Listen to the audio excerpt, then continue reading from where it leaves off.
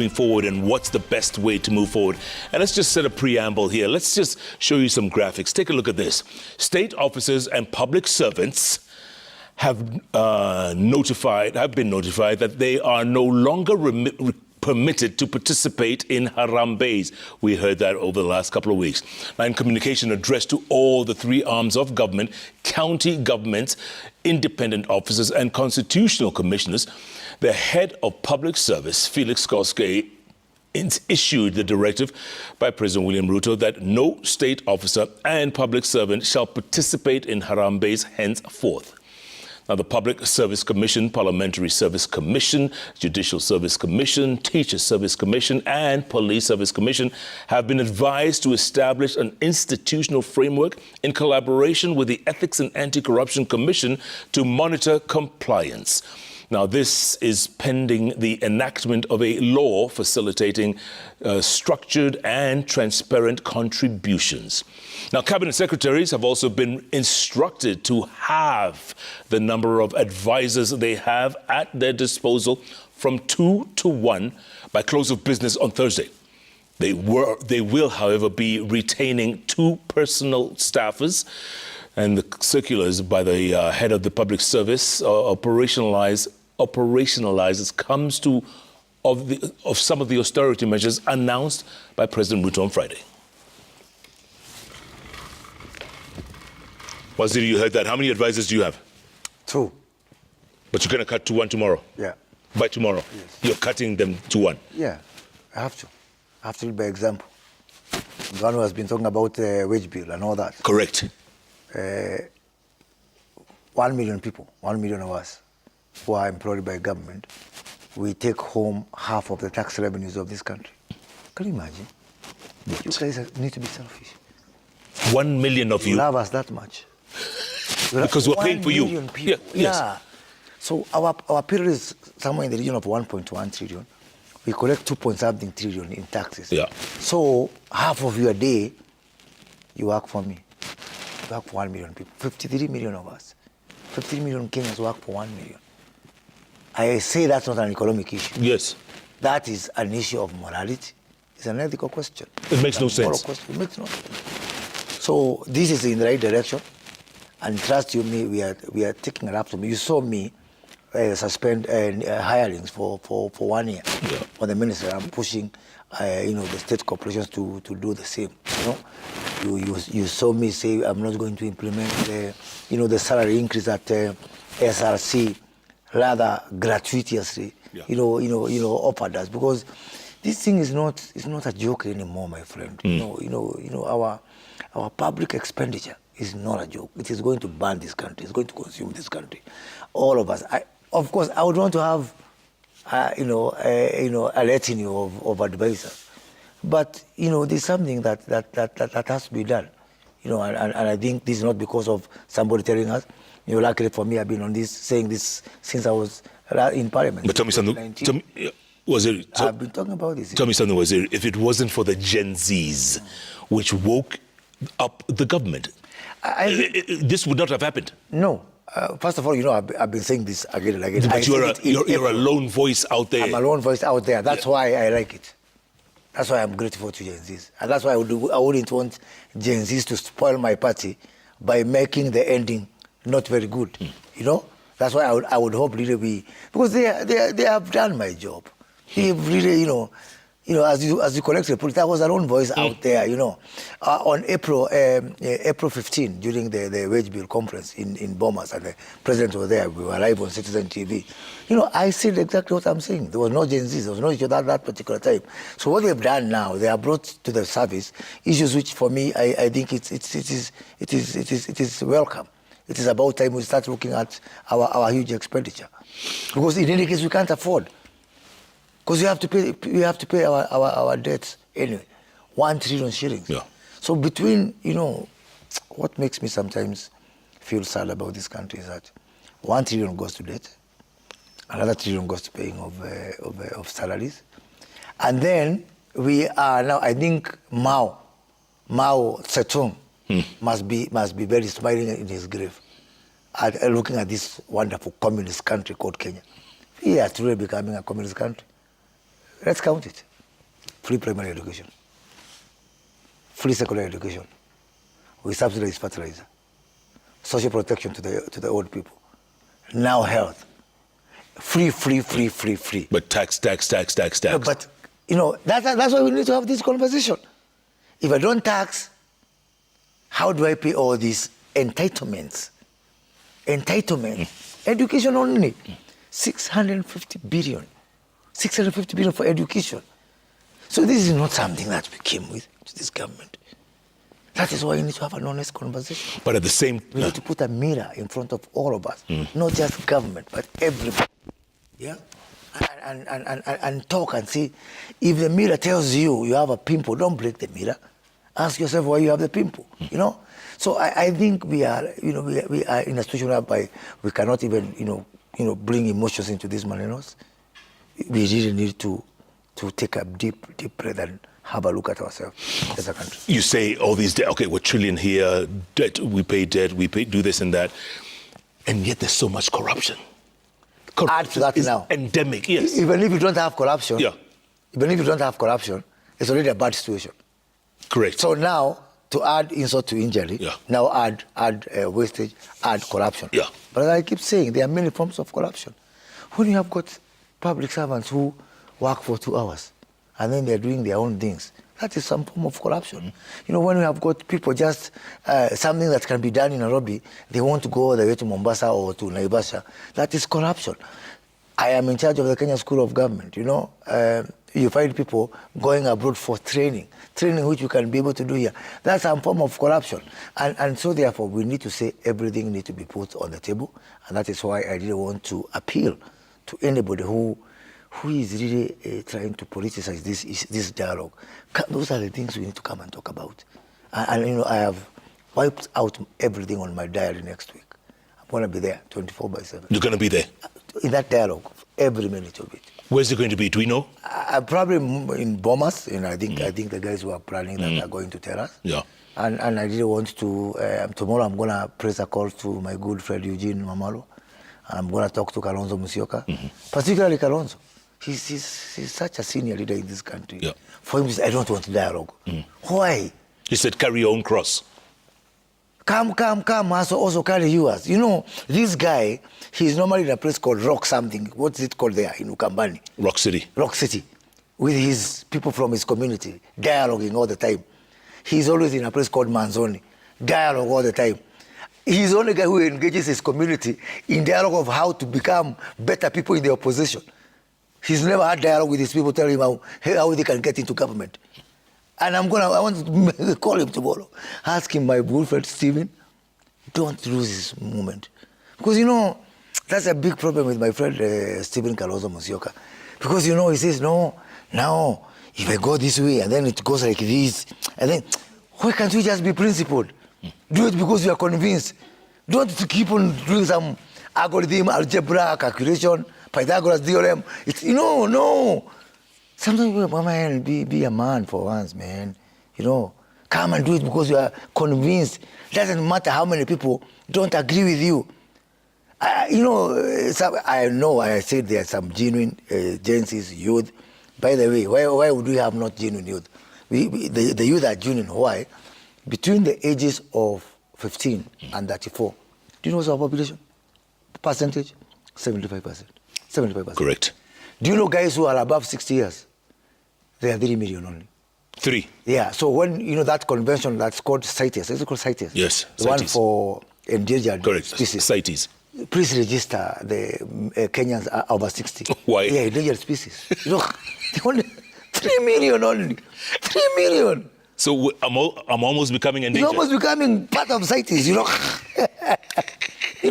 Yeah. That's the reality we have here. I think I saw my good friend, President Obasanjo, talk about this. Yes. It's an African problem because, even in my old ministry, when I was a part of the Africa Continental Free Trade, area, tomorrow, I think he was opening the youth summit today. Correct. Tomorrow I'm hosting, Raila Odinga, who is closing the ceremony tomorrow. How coincidental, I was just telling President Obasanjo when I met him here, that 3 decades ago, President Obasanjo, then former military ruler, not even a civilian president. Correct. He was a guest of honor at the first memorial of Jaramogi, and I was there at Kangoka Jaramogi. Wow. And then we were tear gassed by some DC called Kirito Amai in Bondo, in Kango, at night. At night. I remember I sneaked in through some cactus, Kayaba, at night with Oboro Odinga. And then we were whisked to Opoda Farm, Raila's farm in somewhere in Rarieda there, between Rarieda and Bondo, with Obasanjo. And I was telling him, you know what, we were so poor, I didn't even have a camera to capture the moment. That was the time, So anyhow, yes. So what Obasanjo has said is so true. And we can't, you cannot joke, this is a time bomb, the youth thing is a time bomb. 75% of people being between 15 and 34, never mind that even though we have got this huge mass of youth, you still have some people who are, mimicking the youth through bots and stuff like that. And sometimes people like my friend Stephen Kalonzo Musyoka, so even what they are saying, there's too much pressure, some youth are telling us not to do the dialogue. Some of those people you are responding to, my good friend Kalonzo, are something called bots. Maybe I need to explain to him what are bots. Yeah? And in any case, bots or real, me, I will always start with my principle. No matter what. I can face anyone. Face anyone because I am using the power of conviction. Yeah. What did the Gen Z say to Salimia Moses Kuria? So Salimia last week, I'm going to put my number there. But then I tell them, Salimia in a civilized way. No problem, Isalamu. Yeah. I'm a Catholic. Utapokea. Tunasalimiana every Sunday, no problem, Yeah. But greet me in a civilized manner. That thing of swamping people's phones and all that. Who are you salimianing? Why are you forcing someone who is willing? We are willing to have this conversation. And I'm willing. I've invited all the Gen Z to salimia me in Bomas next week. I'll be there. You'll be there? Yes. Is anyone allowed? It's self-sponsored. It's open, yeah. Yeah, it's open. It's open. Yeah. Self-sponsored. Okay. And I wish they can. Because, I'll tell you about two countries of faceless and leaderless. In 1984, the people of Somalia, they said they were faceless, they were leaderless. And they were cheering because they were saying Siad Barre must go. Yeah? Yeah. Siad Barre went. What has happened to Somalia? It's a basket case. We have another one now, Juzi. If that one they were not born. Yeah? Yes. This one of Sudan. Sudan, biggest. Sudan was leaderless, formless, fearless. Two generals, because there was no one. All they do is that they are competing about who has better ideas of how to obliterate Sudan from the face of the earth. And is that what we want for our country? And 10 million people have been displaced. I'm telling you, 10 people million. think this is about just fearing porridge and pregnancy. Like the Gen Zs are saying, this is not a joke. War is not a joke. Having a country without a form, without a leader, is what Sudan and Somalia are going.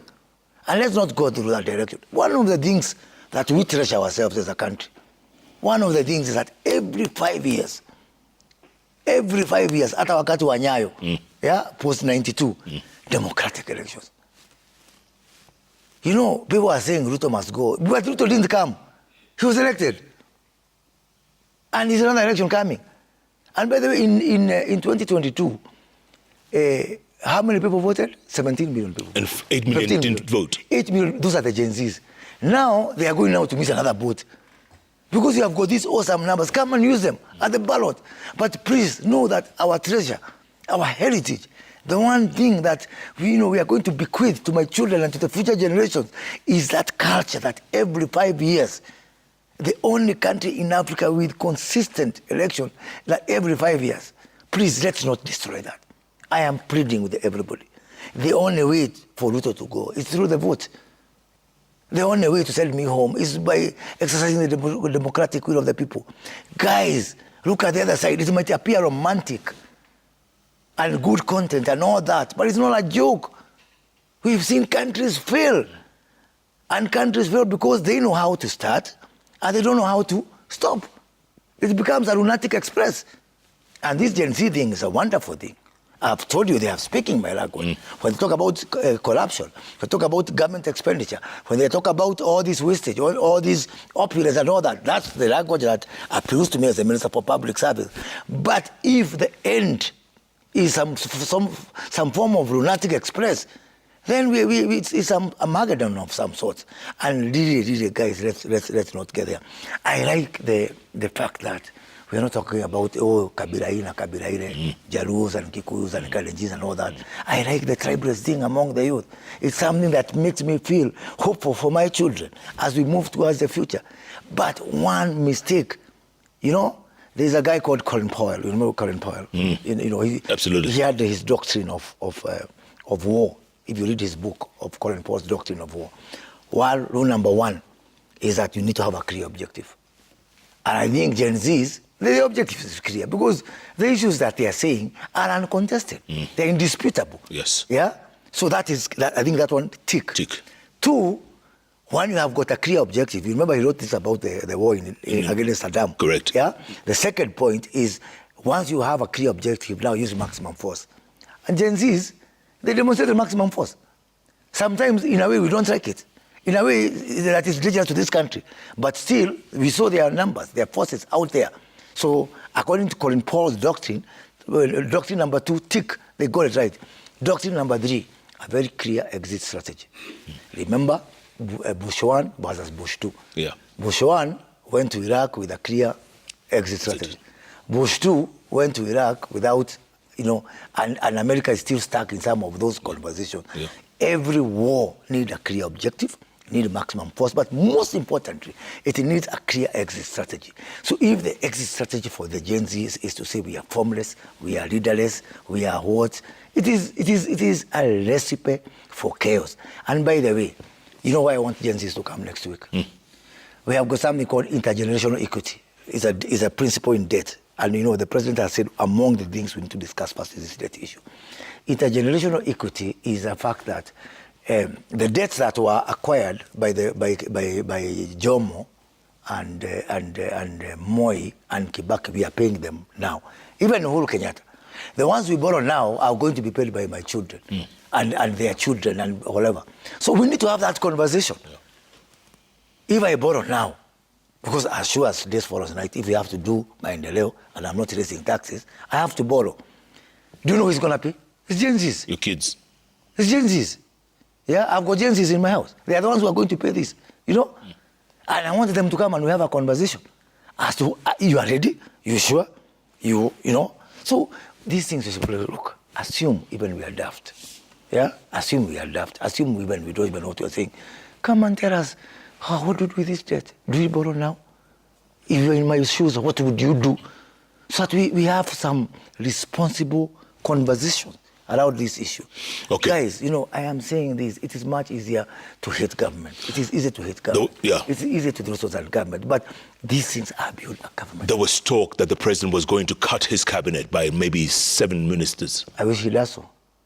You wish he does? Yes. What if Moses Kuria is among them? So what? I have only been, I was here, Jeff, I told you. I am 53 years old and 20 months as minister. How have I been surviving? If I'm the one, so be it. So be it. There are many ways. Jeff, I'm sure you contribute to a lot of conversations in this country, isn't it? Yes. You are here with Obasanjo. You are there with somebody. You are there with Professor Patrick, my good friend. Correct. And many other people. Yes. When is the last time you were a minister?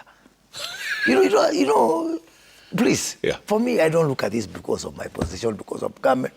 I am privileged and I'm happy that we have this opportunity now to, it's a privilege to be among the 22 in a country of 53 million people. And that responsibility, I sleep with it every day and I wake up with that huge, huge responsibility on my shoulders. Yeah, that we are the people. That, history will judge us among the people. Vile tulikuwa tunasema kulikuwa na Dr. Julius Gikonyo Kiano. I worry about my legacy like that every day. And I worry about what I have now. I've seen some people trying to do some permutations and combinations of what will happen after. And they have the opportunity. Yeah? So for me, I delight myself in that every day I have a chance. And I cannot come and blame someone. I am part of that mess. I'm part of that mess if it's a mess. And I'm part of that destiny. And I'm part of that obligation of when it's chukua mkono hesabiwe, I'll be counted among those people who had a chance to do something, and they did do something. So this is beyond position. It's beyond our personal, comfort and that. It is a moment that we have in history, and I'm telling you, because of the huge problem we have with the youth in this country, I think anything, hata kama ni kwa shilingi moja, my friend, to cut expenditure by even 1 shilling, anything that helps that, for me, it's welcome. What if we miss this moment? What will happen?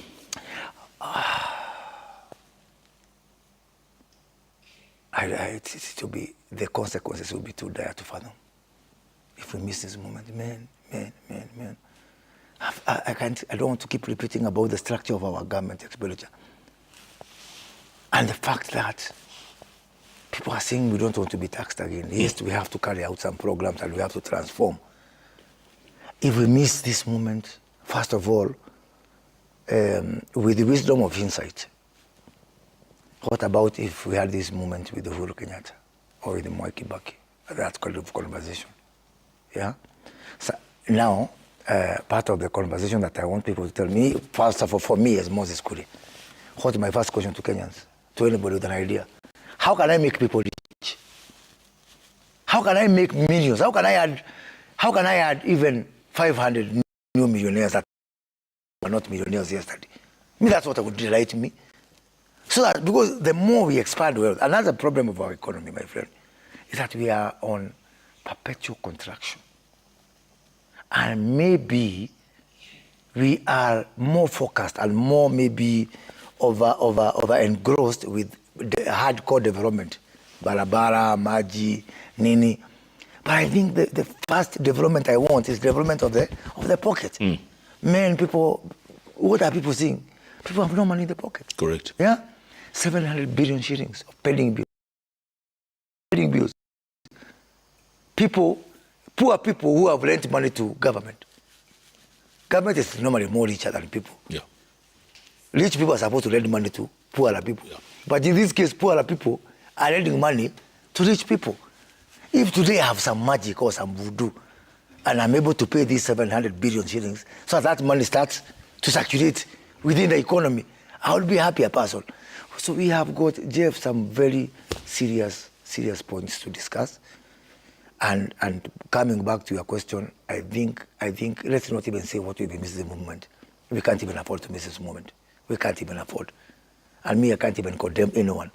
I can even go on my knees to beg them and to pray for them. Please come, we dialogue together. This is not about government. This is about a country and a nation, our children. When disaster hits this country, it is not going to have a GPS that is going to be hovering around Moses Kure's house and Moses Kure's family. It's about all of us. Guys, this us versus them, let it stop. That's why I want to applaud my good friend Baba. For really committing, and I saw the statement from Edwin Sifuna, the Secretary General, of ODM says they always bend backwards. And I want to ask everybody, it's time for everybody to bend backwards. In case you feel that you want to chest dump and you think you are right, please consider for one crazy moment that the other guy could be more right than you. And that's why we need to say this moment. Good point. Let's go to the magic wall. There's lots of responses, tweets coming in very thick and very fast. James Baragu says, we've had 1 million dialogues, but no action. We are pushing for action. This dialogue never worked and will not work. Act. That's what they say. They're tired of the talk. Talk is cheap. War is not the option. If there is problem in heaven, hell has never been an option. Yeah. Macarius Rotich says, Jeff, kindly ask Mahesh why the interns are utilized for their skills and dedication, only to be subsequently disregarded without adequate consideration for employment opportunities. This perpetuates a cycle of uncertainty and disillusionment. I have received a lot of concern from our interns. We have now a cohort of 8,600 interns. And we've suspended recruitment, and we are going to cut. We are going to cut numbers. But let me promise the interns who are working in public service one thing: the first opportunity that comes, for assuming God help us, we get an opportunity to absorb people, we will start by our interns. But my second point: government is not the only place you can work, and we need to have an economy that is driven by the private sector. and mine, I'm going to have a conversation with these interns to see, and I'm talking to people like Safaricom and other people in the private sector to see how can we be able to absorb not just the ones interns who are privileged to have that internship. When we advertised for internships, we hired 8,600 graduates. Do you know how many applied? How many? 58,000. 58,000, chasing 8,000 men. If there's anything we can do to create even 5 more jobs, I'll be up for it. Wow. Sir Jeff says, ask the CS to talk about PSC interns. PSC interns. Yeah, that's the whole same thing, yeah. Yeah, same thing, yes. Sir Nixon Ndugida says, CS Moses, some months ago during the NYS passing out parade ceremony, you promised that you'll make sure NYS graduates get employment in big numbers, that there'll always be a priority for the available vacancies. Has that started bearing fruit? Let me tell you the story of NYS, because you're just about to see some miracle happening here. Now, we are now moving to a new phase of NYS, whereby we will have the old NYS, people who are going through paramilitary training, in Gilgit and those kind of things. But also, we are coming up with something we are calling the NYS Enterprises, which is like, like those China state-owned companies? Yeah. So the next time big agriculture in Galana Kulalu, in the north, a place called Kirimon, in Budalangi, the next big farming in this country, the biggest driver for agriculture will be the NYS Enterprises. The next big construction company will be the NYS. The next big engineering company will be the NYS. And it will be run, according to the principles of the private sector. This will help us to absorb by 2027, this year, in March, I recruited 15,000. Next month, I'm recruiting another 15,000, 30,000. But by 2027, I'm increasing that number to 100,000 without asking for expenditure money. What took so long? Yeah? What took so long? I was not minister. Viola Guya says, Honorable Kuria needs to be true to the course. There's no reason for training interns for a year only to send them back home. Public service interns are only really struggling. They do the bulk of the work in these institutions and are let go in the end. You're very bitter interns out there. Yeah. I think people need to understand the purpose of internship is to develop skills. Yeah. It was never supposed to be a guarantee that when you come, you're going, but at least I guarantee you, by the time you are leaving, you'll have some skills which are going to make you more employable. And so that you can also get some job somewhere. If it's the public sector, fine. I don't want to see the public sector growing. I don't want to teach people like that. If you can have those skills either here, private sector, or the conversations we're having. Today, if you go to the website of the Ministry of Labor, 400,000 jobs. Available. 400,000 jobs out there. Go to the website of the Ministry of Labor. So we want to look at this thing in its whole totality. And I'm saying if we just dedicate ourselves over the next 3 years to just creating jobs. Jeff, I'm extremely passionate about this issue of job creation because it's a ticking time bomb. Yeah. Jared Juma says, Kenyans don't need a dialogue. We need our country, Kenya, back where everyone has equal opportunities. Actually, that's part of dialogue. What he has said is part of dialogue. Karoga Kamau says, Jeff, tell Honorable Moses Kuria, being leaderless doesn't mean ignorant. Not wanting dialogue isn't being clueless or hot-headed. The government knows what we want. We've been talking, and now it's time for action. No more talks. Talking is an option. It's not mandatory to talk. It's an imperative. It is. People can choose to talk or not to talk. We are just saying, come and make us better. There's nobody who's going to talk at gunpoint. We think it's much better to talk. We think it's much better to agree with this country. And nobody has got monopoly of knowledge, by the way, including us. Including you. TM Rush says, dialogue in Kenya solves problems for individuals in the political class only by vesting in their own interests. CS Moses Kuria should tell his boss, we need action, no more talks. Hey, my friend. I don't know. I thought these people are telling you're not listening to us. Now they don't know what to talk. Now they don't want to talk. Ama wamekuwa kama wale wengine wanazunguka wakisema tunasikiza ground. Lakini kwa ground mambo ni different. No. Mambo ni tofauti. You know, I'm fighting people. I'm fighting leaders, some very senior leaders, who these people are talking to us, they want action. And they, instead of coming and we do what is required, they are just telling us they are listening to the ground, which I find to be very, very pretentious. I acknowledge, and I want to really say I'm sympathetic to this push, this impatience for results, for action by Kenya. It's legitimate. But please, let us never lose one moment to talk to each other and to dialogue as a nation. I think it is very important. We can't avoid it. And I think also dialogue also gives some structure to all this. So because if we have to be a civilized society, there are some rules that we have to do. And other people have tried it before, and it has worked. I understand the anguish, the pressure, the urgency for people to want to see results, but please, there can never be too much dialogue. There can never be too much dialogue. And at the same time, if they're occupying CBD, if they're occupying various parts of in other counties and stuff, is that okay? Listen, let us put occupying and dialogue here. So the same people who are saying they don't want dialogue, they want to occupy. For what end? Guys, for what end? For what end?